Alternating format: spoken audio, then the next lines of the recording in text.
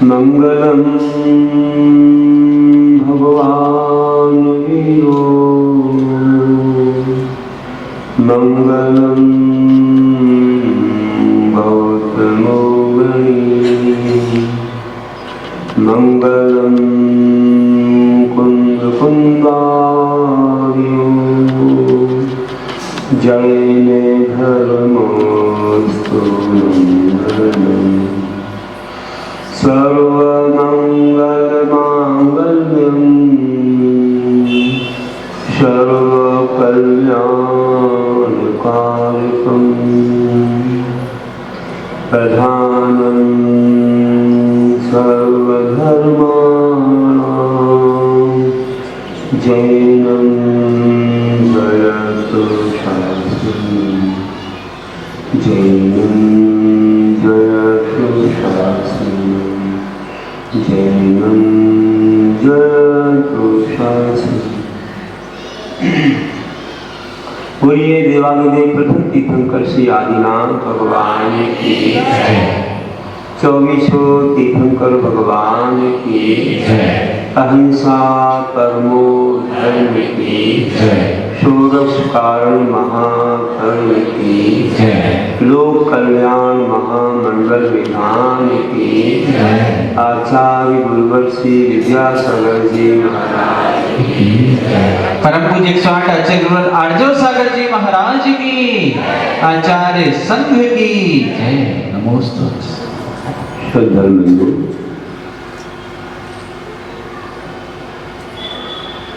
तपस्या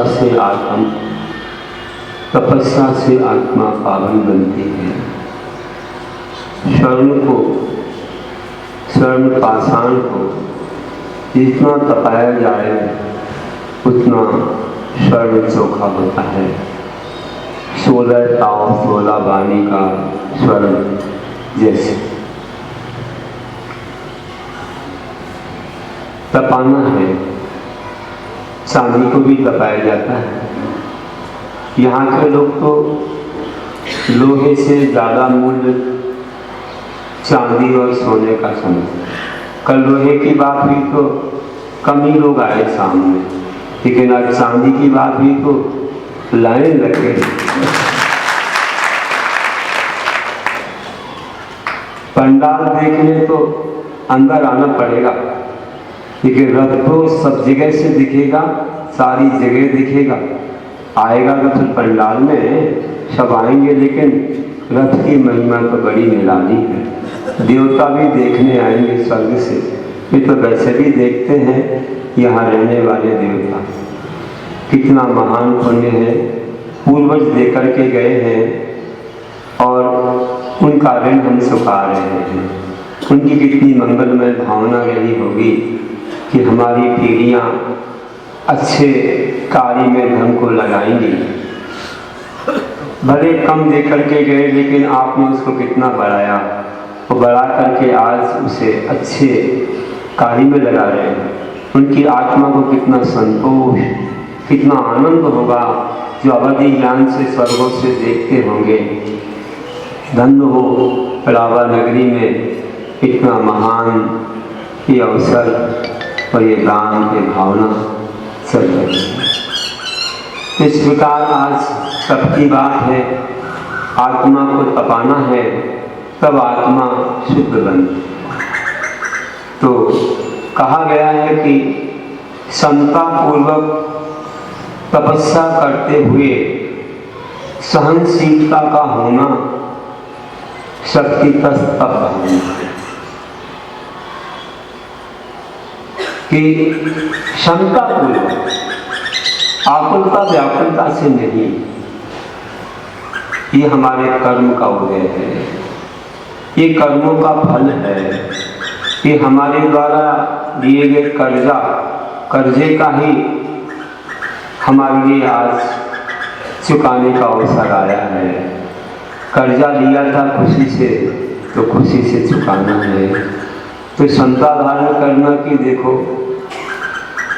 हमें अपने कर्मों को काटना है, कर्म हमारी परीक्षा देते हैं। तो जैसे कर्म किए होंगे वैसा ही हमें भोगना पड़ता है, जैसा होता है वैसा काटता है। तो अपने अपने अपने कर्म का फल भोगना पड़ता है। तो अपनी अपनी दुकान है, अपना अपना खाता, और जो जैसी करनी करता वैसा ही फल। घबराना नहीं चाहिए। अज्ञानता में कई कार्य हो जाते हैं और उसका फल जब मिलता है तो हमें समझ आती है, हम समझ जाते हैं, आगे के लिए रास्ता साफ हो जाता है और हम आगे अच्छे मार्ग में बढ़ते हैं। हमें अच्छे संकेत मिलते हैं, हमें अच्छे, बहुत अच्छे किसी के निर्देशन मार्गदर्शन में अपना जीवन सफल बनाने का शुभ अवसर प्राप्त होता है। तो अच्छे सुकून हमें मिल जाते हैं कोई कोई संदर्भों से।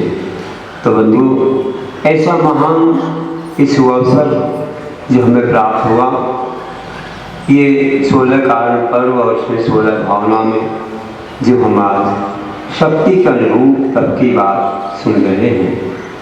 सर्वार्थ सिद्धि में भी कहा है कि शक्ति को न छिपाकर मोक्ष मार्ग के अनुकूल शरीर को क्लेश देना यथाशक्ति तप है। कि शरीर अपनी शक्ति को न छिपाते, शरीर में शक्ति है और उसको न छिपाते हुए मोक्ष मार्ग के अनुकूल, मतलब जो हमारे यहाँ कहा गया है व्रत उपवास नियम संयम, इनका पालन करना, इन्हीं कुछ भी करना, ऐसा नहीं है। शक्ति है तो उसका उपयोग हमें धर्म क्षेत्र में ही करना चाहिए। आजकल लोग विपरीत मार्ग में जाकर, विपरीत कोई भी स्थल पर या मिथ्या स्थान में जाकर के दुरुपयोग कर देते हैं, तो उससे बहुत ज़्यादा कर्मों का आश्रय बंदी हो जाता है। इसलिए सदुपयोग के अच्छे अवसर हमारे यहाँ पे आज भी सो अवसर आया। अन्यथा ये धन वैभव शक्ति तो थी, न जाने कहाँ चला जाता है। एक शादी होती है, शादी में आजकल खर्चा कितना है बताइएगा, कितना खर्चा है, बहुत खर्चा, अनाप शनाप खर्चा है। कोई ना नहीं करता, सब कुछ करते ही चले जाते हैं। कोई खरीदी करना हो तो लाखों चला जाता है, लेना देना हो लाखों जाता है, स्थान का चयन करना हो लाखों जाता है, ये गार्डन को या वहाँ की व्यवस्थाओं को सुनना हो लाखों रुपया जाता है। 10-5 लाख रुपया तो नामिनल बात हो गई है शादी के लिए, लाखों रुपया तो उड़ा देते हैं। क्या मिलता है? बस शादी हो गई, आगे कोई भरोसा भी नहीं कि जीवन भर एक साथ रह पाएंगे, कितने दिन में कि हम बिछुड़ जाएंगे, क्या होगा, कुछ भरोसा नहीं। ये जो लाखों रुपया चला गया तो कहाँ वापस आता है? और उसी का उपयोग अगर किसी आयतन में कर दिया जाए, मंदिर निर्माण, कतना निर्माण, और भी ऐसे रथ निर्माण, और भी कई अच्छे कार्यों में कर दिया जाए, तो हमेशा के लिए ध्यान रहेगा, पुण्य बढ़ता ही चला जाएगा। जितने लोग दर्शन करेंगे, जितने लोग लाभ लेंगे, वो सारा पुण्य तुम्हारे खजाने में, तुम्हारे खाते में जाए। तो ध्यान रखना कि हमें अच्छी जगह धर्म का उपयोग करना चाहिए। इसलिए कहते हैं पुण्यानुबंधी, पुण्य का जो फल है वो अच्छे कार्यों में ही लगता है। जिसने अच्छी जगह दान दिया, सत्पात्र को दान दिया, अच्छी भावना से दिया, सम्यक पूर्वक दिया, अच्छी श्रद्धा से विकलांगता को ध्यान में रखते हुए दिया, तो उसको ऐसा मिलेगा। क्या क्या मिलेगा? ऐसी गति, ऐसा शरीर, ऐसे भोग, ऐसा धन वैभव, सब कुछ मिलेगा। और वह धन वैभव शरीर आदि धर्म कार्य में लगेगा, तपस्या में लगेगा, त्याग में लगेगा, जीर्णोद्धार में, आयतन निर्माण में, अच्छे अच्छे कार्यों में लगेगा, शास्त्रों के प्रकाशन आदि में लगेगा। अन्यथा वह व्यसनों में तो खर्च हो जाएगा। शादी विवाह में लोग अपना कोई शादी का दिन मनाते हैं, कोई जन्मदिन मनाता है, लाखों रुपया खर्च कर ले। कोई आवश्यक नहीं, उससे हमारे क्या गुण बढ़ रहे हैं? कुछ भी नहीं, केवल दिखावा है, मान सम्मान की भावना। तो ध्यान रखना है कि शक्ति को छिपाना नहीं है, शक्ति से करना, लेकिन अच्छी जगह पर करना। उन्होंने कहा कि मोक्ष मार्ग के अनुकूल कार्य करना या शरीर से व्रत, उपवास, नियम, संयम का पालन करना। अभी 10 लक्षण आएंगे, लोग 10 उपवास करेंगे। पूरे भारत में हजारों लोग करते हैं, हजारों लोग करते हैं। एक समाज में 10-20 लोग तो ऐसे मिल जाते हैं। मेरा चातुर्मास एक जगह हुआ, कोपर गांव, महाराष्ट्र में, मारवाड़ी समाज है, वहाँ हुआ था। 2 चातुर्मास हो गए, 12 वर्ष के अंतराल, 2000। एक तो हुआ था सन 91 में और एक हुआ था 2003। दक्षिण से लौटे थे, लेकिन आते ही रहे वो लोग, कोई एक साथ बस नहीं जाता जब ना आए। अभी भी आते रहते, बीच में भी आते। देखिए कितने भाव थे उस समय। 34 लोगों ने 10-10 उपवास किए थे। कितने घर की समाज? केवल 125 घर की दिगंबर से 34 लोगों ने बड़ा उत्सव मनाया, बहुत अच्छा विमानोत्सव। उन सबको बग्घी में बिठाया, नगर में भ्रमण कराया, लोगों ने सम्मान दिया, उनके सब रिश्तेदार आए। सब करते हैं लोग, 10 उपवास करते हैं। कोई पानी लेते हैं 2-4 दिन में, ऐसे करते। कोई 28 करते, 8 करते हैं, कोई 5 करते हैं, कोई 4 करते हैं, कोई 13 करते, 12 करते हैं। एक उपवास तो वैसे ही आगे पीछे सामान, बच्चे लोग भी कर देते हैं। इस बार तो 16 कारण भी मिल गई, 10 लक्षण तो आएंगे ही, विशुद्धि बढ़ रही है। कितना अच्छा विधान। अब 10 लक्षण में भी विधान होगा, कर सकते हैं आप चाहें। 10 लक्षण विधान छोटा सा ही है, एक दिन में एक धर्म के अर्घ्य चढ़ते हैं, बहुत अच्छा विधान। उसमें भी ऐसे ही होता है, नित्य पूजा और एक धर्म के अर्घ्य चढ़ाओ। 10 दिनों में करेंगे पूरा, प्रवचन हो जाएंगे, आनंद आएगा। एक दिन में ही लोग विधान कर लेते हैं, 2 घंटे में। लेकिन अपन इतना ज़्यादा ना करो, थोड़ा थोड़ा करेंगे, आकुलता नहीं, आराम से खूब प्रवचन को सब कुछ मिलता है। तो देख लेना, बहुत अच्छा है। तो ये इतनी अच्छी जगह आपको सब कुछ मिल गई है, तो ठाठ से अपना पुण्य बढ़ाने का शुभ अवसर आया। शक्ति के अनुसार सबको त्याग करना है, तब करना है। कई जगह लोग शिविरों में जाया करते हैं, मेरे पास भी आते हैं, बाहर से कुछ लोग ठहरते भी हैं, शिविर में आते हैं, सुबह शाम की क्लास अटेंड करते हैं। हम ध्यान भी करवाते हैं, पिछले वर्ष भी करवाया था। सुबह 5 बजे ध्यान, 5 से 6 ध्यान करवाया सबको। कभी संदेश शिखर जी, कभी पंच परमेश जी, अलग अलग प्रकार के ध्यान। ओम योग तो करवाते ही हैं, ओम योग के साथ में पंच परमेश जी, पंच धारणा, पंच परावर्तन, 16 भावना, 12 भावना, सम्यक दर्शन, संदेश शिखर जी का दर्शन, गुरु दर्शन आदि अनेक प्रकार के ध्यान, जो उनके लिए करीब 15-20 मिनट, आधा घंटे तक कराते हैं। कुछ पाठ भी होता है, सुप्रभात वगैरह का। तो सुबह का ऐसा समय रहता है, जो भाग लेते हैं, आना चाहें तो उनके लिए है, जो शिविर में भाग लेना चाहेंगे। आज तो ऑनलाइन भी चल रहा है इसलिए। और फिर पूजाएं तो होती ही है, प्रवचन होता है। मध्याह्न में कक्षाएं चलती हैं, मध्याह्न में कोई न कोई कक्षा जो लोग शिविर में भाग लेते उनको 2-2:15 बजे चलती है, एक कक्षा एक साथ चलता है। और इसके तत्वार सूत्र के 10 अध्याय का वाचन, एक अध्याय के आगे चलते और एक अध्याय का अर्थ सहित अर्थ मध्याह्न काल में और सायंकाल में गुरु भक्ति के बाद कुछ दशलक्षण पर कविताएं सुनाई जाती हैं। और इसके बाद फिर तो आप रात्रिकालीन कार्यक्रम, विद्वान हैं, विदुषी हैं, कोई भी आपको मिल जाते हैं, तो आप लोग कोई प्रवचन और कुछ कार्यक्रम, धार्मिक कार्यक्रम रखते हैं जिससे लोगों को संस्कार मिलता है। ये सब चलते हैं, बहुत अच्छा माहौल रहता है। ये बैटरी चार्ज के समान हम वर्ष पुण्य कई जन्मों के लिए पुण्य अर्जन कर लेते हैं। तो बंधुओं, ये सब शुभ अवसर मिल रहा है तो हम लोगों को शक्ति के अनुसार कार्य करना है, शक्ति के बाहर नहीं, जिसमें कभी कोई उपवास नहीं कि हम कहते एक आसन करो, करना है तो एक 2 बढ़ाओ, एकदम संकल्प मत करो कि 10 का कर लिया 5 का, ऐसा मत करो। एक बढ़ाओ, तुम्हारी शक्ति कैसे रहेगी वैसा आगे उसका फल मिलेगा। बहुत अच्छा है। इस बार को जो लोग कह रहे थे कि महाराज जी 10 लक्षण में भी हम सुबह उठते और पहले नंबर मंदिर जाते, एक मंदिर में अभिषेक पूजा कराते और फिर आके पोहा खा लेते,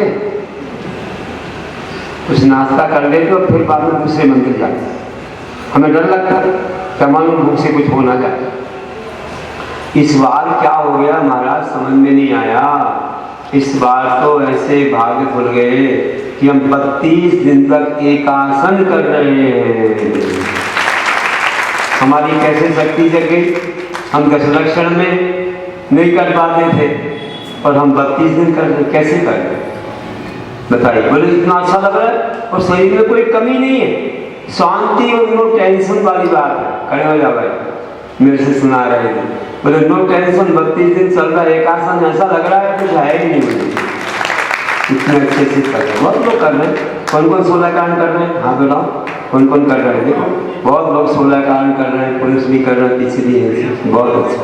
तो ये जो है इतना अच्छा शुभ अवसर आया, बहुत मंगल। कई कभी यहाँ है नहीं, कुछ चौकों में है, कुछ दूसरे मंदिर में पूजा करके कुछ काम से, ताकि अच्छी संख्या है और आगे बढ़ती जाएगी, बहुत अच्छा है।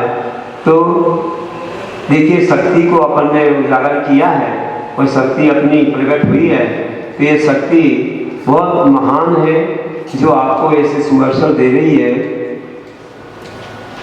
ये जन्मों जन्मों की कहते हैं अनंत शक्ति आत्मा में होती है और ये हमारे पुण्य से हमको ये प्राप्त हुई है। आज पंचम काल में भी हम इतनी कुछ धर्म की क्रियाएं कर पाते हैं। आगे आने वाला 6वां काल तो क्या होगा, वहाँ तो कोई धर्म रहेगा नहीं, लेकिन अभी भी भगवान महावीर का तीर्थ काल चल रहा है, 18,500 वर्ष तक चलेगा। आज भी दिगंबर मुनि गति सब हैं, कितना अच्छा माहौल है आज। तो देखिए तप करने में हमें हमेशा ध्यान रखना है कि एक तो शक्ति न छिपा करके धर्म तप करना है। 12 तप होते हैं, आप जानते हैं कि मुनियों की अपेक्षा से 12 तप हैं और श्रावकों की अपेक्षा से कितने तप बताए हैं, 3 तप बताए। तो 12 तपों में और समझाएंगे उत्तम तप धर्म के दिन, लेकिन नाम लेता हूँ कि अनशन मतलब अनअसन, असन मतलब भोजन, जिसमें भोजन नहीं मतलब अनअसन, अनशन है वह 4 प्रकार के आहार का त्याग उपवास कहलाता है। औमोदरी कम खाना, अनशन मतलब व्यक्ति पर संख्यान, कोई नियम आखिरी लेकर के निकलना कि मिल गया नियम तो आहार लेंगे नहीं तो नहीं। कैसे व्यक्ति पर संख्यान, रस परित्याग, 1-2 रसों का या 100 रसों का त्याग करना। दूध में ही नमक तेल शक्कर 6 रस होते हैं, थोड़े दिन या आजीवन। विविक्त शय्यासन, एकांत स्थान में शैया और आसन, भय को जीतने के लिए ध्यान की एकाग्रता करें। और काय करे शरीर को कष्ट देना, लेकिन क्षमता रखना। अनेक कैसे धूप, ठंडी और भी भूख प्यास और भी कई प्रकार के दंश मशक आदि परिचय, इन सब में शरीर को कष्ट देते हैं, लेकिन क्षमता धारण करते हैं, कभी मुख को मिलान नहीं करते हैं, प्रसन्नता से सहते हैं। तो ऐसे कार्यक्रम और उसके बाद प्रायश्चित, जो दोष लगा है उसका प्रायश्चित करते हैं। प्रतिदिन सुबह की भक्ति, गुरु भक्ति में रात का प्रायश्चित होता है, शाम की गुरु भक्ति में दिन का प्रायश्चित होता है। एक पक्ष में प्रतिगमन होता है चतुर्दशी को, उसका पाक्षिक प्रायश्चित होता है। चातुर्मास में 4 महीने में अष्टामिका के लास्ट में जो प्रतिगमन होता है वो चातुर्मासिक प्रायश्चित उसमें मिलता है। और दीपावली को एक बड़ा प्रतिगमन होता है वार्षिक, उसमें वार्षिक प्रायश्चित मिलता है। इतने प्रायश्चित महाराज जी लोग लेते हैं, अलग अलग की मालाएं उपवास वगैरह लेते हैं, रस परित्याग लेते हैं। इतने सब त्याग करने के बाद भी प्रायश्चित लेते हैं, प्रतिगमन करते हैं। आप लोग भी लेते होंगे, लेते हैं, बहुत लोगों ने आके प्रायश्चित दिया, जो उनको ध्यान में आता है लेते रहते हैं। तो प्रायश्चित विनय, देव शास्त्र गुरु नौ देवताओं की विनय बड़ी भक्ति से, श्रद्धा से, प्रसन्नता से विनय पालते हैं, कोई भार मान के नहीं। भैया व्रत करते हैं, एक दूसरे की सेवा करते हैं। मुनि लोग एक दूसरे के लिए अंगादी दबा करके सेवा करते हैं, या उनके कोई भी उपकरण आदि के माध्यम से भी सेवा करते हैं। ये भैया व्रत है। श्रावक लोग भी आहार आदि दे करके आहार निहार विहार में सहयोगी बन के करते हैं। ऐसे तो स्वाध्याय भी है आगे, स्वाध्याय भी तप है। मुनिराज 4 बार स्वाध्याय करते हैं। पूर्वाने कपराने के पूर्व रात्रि कपर रात्रि स्वाध्याय करते हैं, प्रति चिंतन करते हैं, पुस्तक नामों को भी याद करके कर देते हैं। और आगे ध्यान भी करते हैं। प्रायश्चित विनय विरक्ति स्वाध्याय विसर्ग और ध्यान। तो विसर्ग भी करते हैं। विसर्ग क्या है? काय विसर्ग है, काय के प्रति ममत्व को छोड़ना काय विसर्ग है। थोड़ी देर के लिए बिल्कुल स्तब्ध होकर के खड़े हो जाते हैं या बैठ जाते हैं और उसी में नम श्वासोच्छ्वास पूर्वक ध्यान और नमोकार मंत्र का चिंतन करते हैं। ये काय विसर्ग है।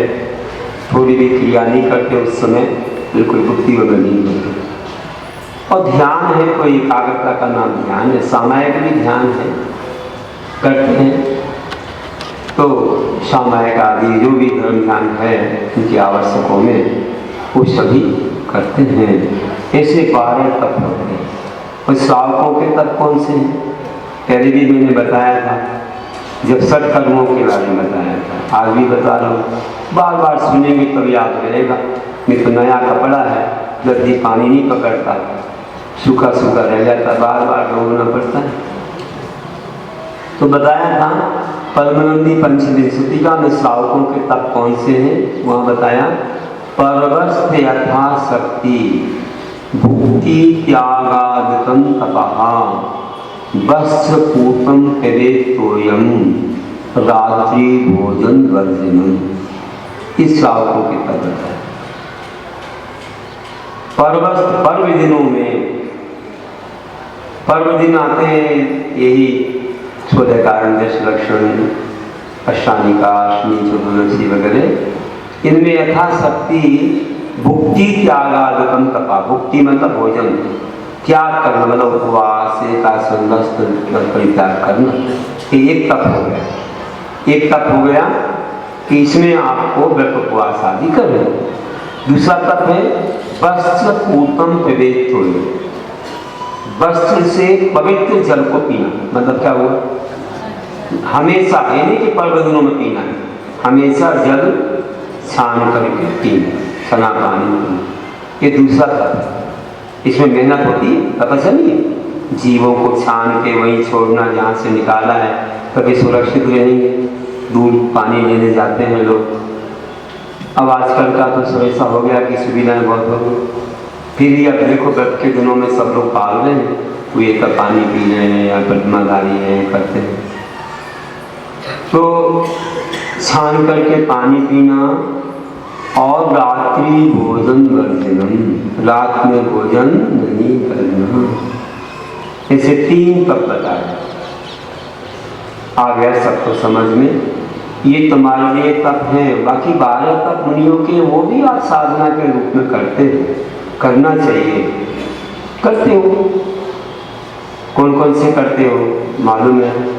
प्रायश्चित भी देते हो, बिना भी पालते हो, दान भी देते हो, साधना भी करते हो, आदि आदि जो भी हो सकते करते हो। कभी भोजन कम भी करते हो, 32% संख्या तो नहीं बताया, लेकिन भोगो परिमाण जरूर है। ये कैसे कर सकते हैं आप? करते हैं कि आज मैं 5 ही वस्तु लूँगा, 2 ही लूँगा, 1 ही लूँगा। खाने पीने में बहुत सारी चीज़ें हैं, लेकिन आज के दिन में उनमें से लिमिट बना देता हूँ। या आज मैं मौन से भोजन करूँगा, मौन से करूँगा, जो भी थाली में आ गया बस संतोष रखूँगा, ये नहीं बोलूँगा आपने क्यों नहीं परोसा, क्या कि मेरे कर्मों का क्षय हो जाएगा। फिर परीक्षा हो जाएगी कि मेरे दाने दाने पर लिखा है खाने वाले का नाम, आज मेरा नाम उसमें नहीं लिखा था। इस प्रकार से आपके बहुत सारे कर्म क्षय को पाते हैं। तो ऐसा भी करना चाहिए, बहुत शांति मिलती है, बहुत आनंद होता है, बहुत कर्मों की निगरानी। वैसे ये आपके लिए कई तप हैं जो हम जीवन में ला सकते हैं। भोग का परिमाण, आज इतने वस्त्र पहनेंगे, आज इतने ही हम वाहनों का उपयोग करेंगे, इतने ही हम साधनों का, इतने ही हम आज आरामदायक वस्तुओं का उपयोग करेंगे। अभी हम रोज नियम देते हैं शाम को, कभी कभी हम भोगों को परिमाण भी देते हैं। एक दिन दिया था ना, इतनी गाड़ी का उपयोग करेंगे, ज़्यादा नहीं, इतनी सोफा सेट वगैरह या पलंग का उपयोग करेंगे, ज़्यादा नहीं, देता रहता हूँ कई बार। तो ये भोग परिमाण है। ये सबको संस्कार देना चाहिए, तो रोज रोज कुछ याद आए उनको हमारे धर्म की बात, और उनका पुण्य बड़े संकल्प में बहुत बड़ी शक्ति होती है। जो आप नियम लेते हो उसकी बड़ी परीक्षा हो सकती है, तो आपको बहुत बड़ा साथी से पुण्य मिलता है। इसलिए गुरुओं से कोई नियम मिल गया तो हमारा पुण्य बढ़ता है। सब लोग पूछते हैं, लोग महाराज कल का नियम दीजिए, पूछते हैं कि भैया क्या पाला आज, सब पाते। ये धर्म का संस्कार है। कई संप्रदाय में कोई ऐसे सफ़ेद वर्ष वाले, उनके साधु का कमंडल पकड़ो तो एक नियम लेना पड़ता है, नियम लो फिर कमंडल देंगे, है ना भैया।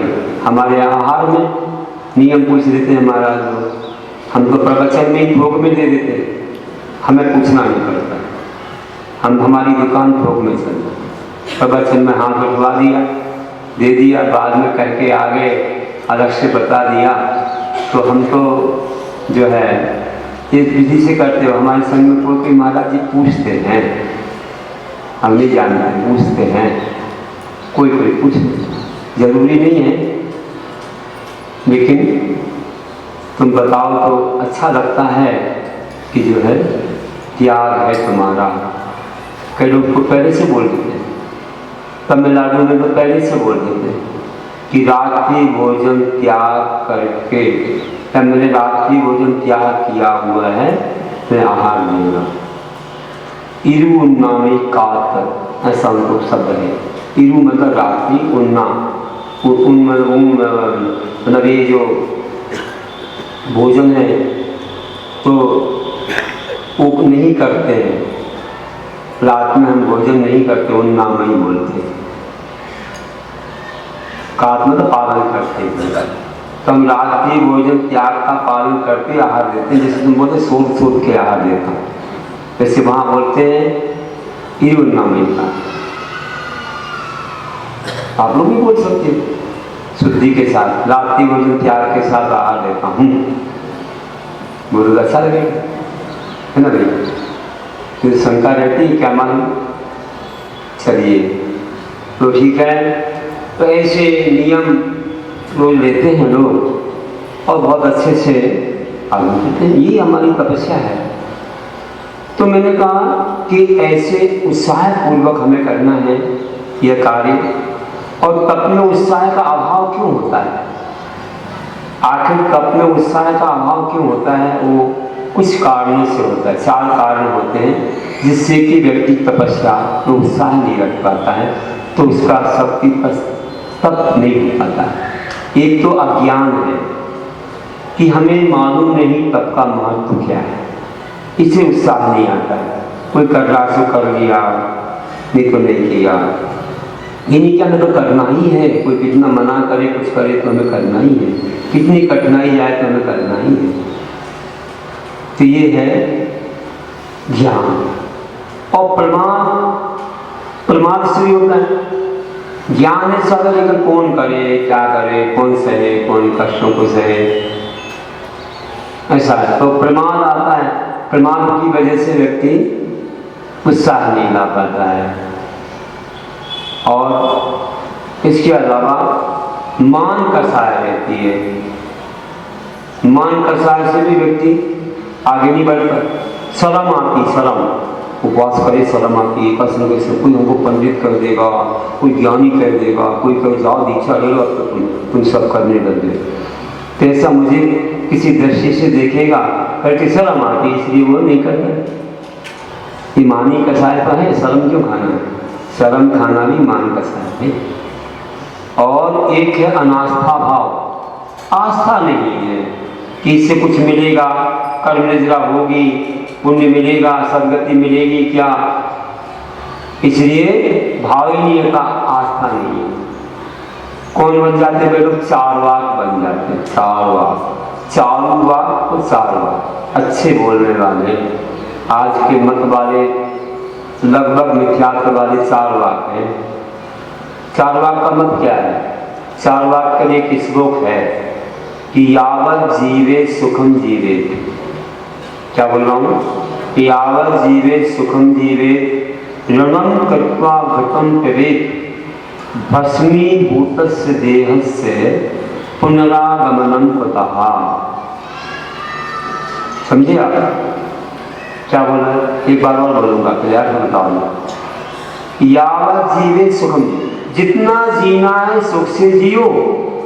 ऋणम कृत्वा घटम पिबेत, उधारी करके भी घी पियो, उधारी करके भी घी पियो। भस्मीभूतस्य देहस्य, इस देह के नष्ट हो जाने पर पुनरागमनम होता, कब आना होता है? मतलब वो मानता नहीं कि पुनर्जन्म होता है। वो बोला देह नष्ट हो गई, मतलब इसे दीपक बुझ गया, कुछ नहीं। तो ये कहता है कि जो करना पाप कर लो, आगे तो कोई जन्म है नहीं, ना कोई दुर्गति है, ना कोई पुण्य, ना पाप है। वो मानता ही नहीं, उसको आस्था ही नहीं है कि भगवान हुए, भगवान ने कुछ बताया, गति दुर्गति है, पुण्य पाप है, कष्ट, ये सब जो हमको मिलते हैं ये पाप से मिलते हैं, सुख मिलता है पुण्य से। अगर सब पुण्य पाप ना होता तो आपको एक दिन कर्म सिद्धांत का प्रदर्शन देंगे, अपन समझाएंगे विपाक के शरीर में। तो सब लोग समान होते ना, क्यों कोई झोपड़ी में रह रहा है, क्यों माल में रह रहा है, क्यों सुंदर है, क्यों असुंदर है, कोई अपंग है, कोई सांगोपांग है, इनमें अंतर क्यों है? अगर पुण्य पाप ना होता तो सब समान होते ना। तो अपने पुण्य पाप का फल हमने जो किया है कर्म हो गया, श्रियम कर्तम कर्मिदात्मना फलम तदीयम लभते। तो चार्वाक क्या बोलता है मालूम है? कि जितना जीना है सुख से जियो, ऋण करके भी घी पियो, देह के नष्ट हो जाने पर कब आना होता है, इसलिए खूब भोगो और मस्त रहो। ऐसे तो नहीं यहाँ लोग, यहाँ ऐसे लोग नहीं है ना। यावत जीवन सुखम जीवित ऋणम कृत्वा घटम पिबेत भस्मीभूतस्य देहस्य पुनरागमनम।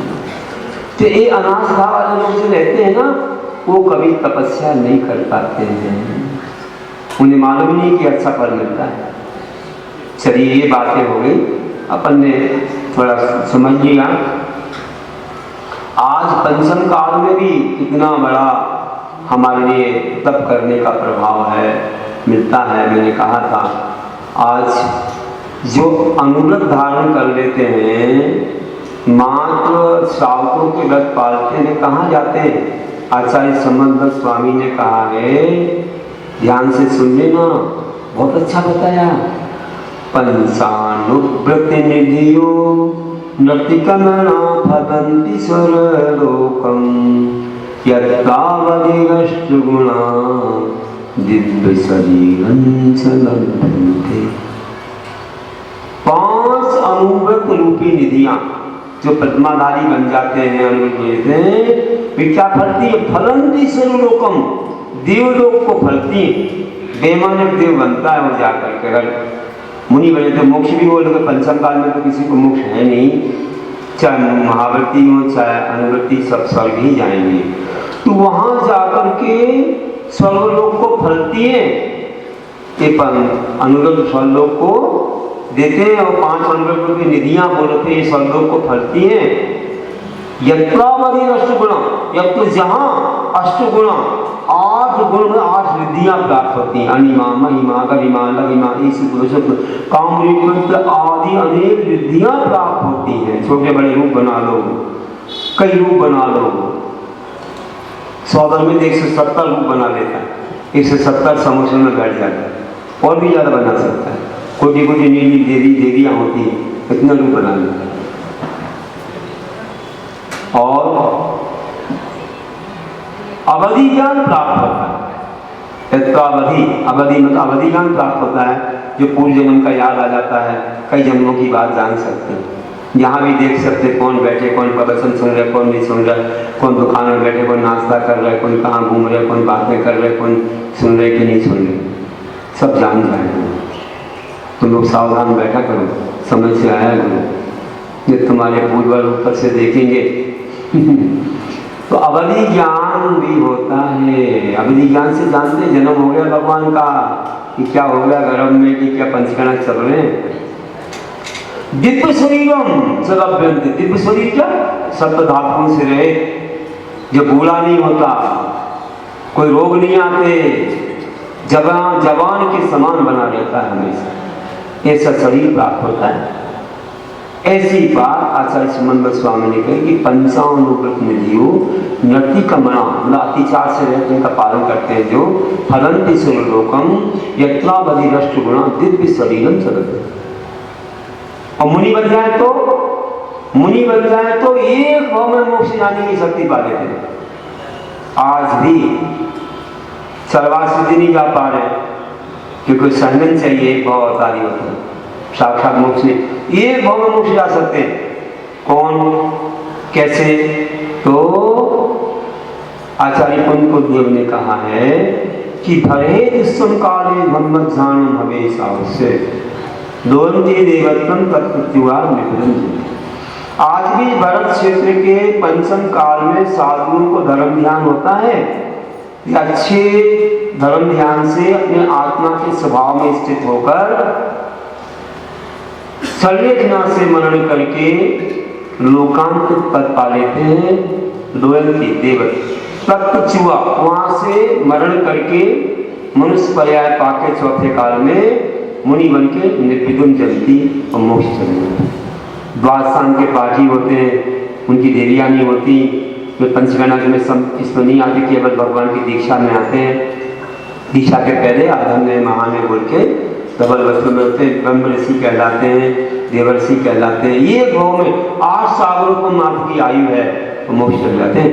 तो आज जो मुनि बन जाए, चाहे ब्रह्मचारी हो चाहे कोई भी अच्छी चर्या पाले, तो लोकांतर देव बन के एक भाव में मोक्ष जाने की शक्ति है। इसलिए ध्यान रखना, आज भी तुम्हारा मोक्ष इतना निकट है। अगर मुनि बन जाओगे तो तुमको कैसे, ये तपस्या का फल है। आज के दिन तो जरूर बताना चाहिए कि तप में हमें कभी कमी नहीं करना है, अच्छी भावना से शक्ति के साथ तप करना। एक ऐसी नारी हुई जिसने तप किया, अब कुछ कमी रह गई वो तो अलग बात है, रह गई वो जो भी, देखिए उसका उदाहरण आचार्य ने कहा। उसका अपहरण हो गया था, राजा की पुत्री थी, उसमें हजारों वर्ष की आयु रहती थी, जंगल में रही हजारों वर्ष, कपड़े फट गए, छाल लपेट दी, पत्ते लपेट दिए, फल फूल खाए, और राजा ढूंढता रहा। और जब कई वर्षों के बाद वहां पहुंचा, उस समय उसकी परीक्षा होगी। उसने नियम ले लिया कि मैं जंगल के बाहर नहीं जाऊंगी। एक महिला है और कन्या, देखो आप कितना उसका ज्ञान, कितनी आस्था, कितना संस्कार कि जंगलों में अब कौन कहाँ कोई नहीं पहुंच पा रहा था, ऐसा जंगल था, ऐसी बहुत अटवी, बहुत भयानक अटवी। वहां पर क्या हुआ कि जब राजा पहुंचा और पहुंचने के बाद जो है राजा ने देखा, अरे ये क्या हो गया, तो सर्प ने, अजगर सर्प ने उसको अपने मुख में ले लिया, उस कन्या को इतना तक ले लिया, वो नमोकार जप रही है कि अब मैं तो जा रही भगवान का नाम बोलते हुए। देखिए राजा पहुंचा, शस्त्र से उसे मारना चाहा, उसने कह दिया क्यों मार रहे हो, मार भी दोगे तो आपकी पुत्री आपको मिलने वाली नहीं है, मैंने नियम ले लिया इस जंगल से बाहर नहीं जाऊंगी, इसका जीवन भी चला जाएगा और मैं भी मिलने वाली नहीं हूँ, छोड़ दो इसे, क्षमा करो क्षमा करो क्षमा करो। नमोकार मंत्र बोलते हैं, अनंग सरा का नाम, ऐसा तप की बंधु श्रावक लोग भी ऐसे तप करते हैं। बाकी तो अपन लोग कच कुमार जैसे मुनियों ने तप किया, कैसे सगाई होने के बाद वैराग हो गया समूह से, सगाई हो गई, यहाँ कह दो तो महाराज की सगाई हो गई, उनका तो क्या हो गया, तो हमें डराओ मत कि फंस गए संसार में, अभी भी वैराग हो सकता है, ध्यान रखना। हमारे पास तो वैराग हो जाए तो क्या करेंगे, दीक्षा देंगे, सगाई थी ना तुम्हें बांध दिया उनके लिए। अरे हमारे गजकुमार स्वामी को सगाई के बाद वैराग हो गया, जंगल में जाके बैठ गए, ध्यान करने लगे, ससुर जी को मालूम पड़ा, जो बनने वाले ससुर, सिगड़ी रख दी उनके सिर पर, वे ध्यान में लीन रहे और उसी में उनके सब कर्म कट गए और मोक्ष हो गया। तो ऐसा भी इतनी तपस्या करते हैं। चलिए, तो हमने आज जो कुछ सुना अपने जीवन में अपनाओ। आज आपकी तपस्या, आपका त्याग, आपका दान, आपकी भक्ति आपके जीवन को मंगलमय बनाए। अंत में कहता हूँ, पुण्य तपों को तपता भवि जो, कर्म भार घट जाता है, कर्मों का संबर भी होता, पुण्य कोश भर जाता है। स्वर्गों में जाकर जो धर्मी बड़े सुखों को पाता है, नर हो तप से कटे कर्म सब, पूर्ण सुखी हो जाता है। नर हो तप से कटे कर्म सब, पूर्ण सुखी हो जाता है। पूरी महावीर भगवान की, सोरसकार महाकर्ण की। बोले परम पूज्य 108 आचार्य आर्जव सागर जी महाराज जी की, आचार्य संघ की। जावानी के ज्ञान पे सुझे लोकालो, सुवानी मस्तक धमु सदा ले तुम तो, एक वाणी भारती।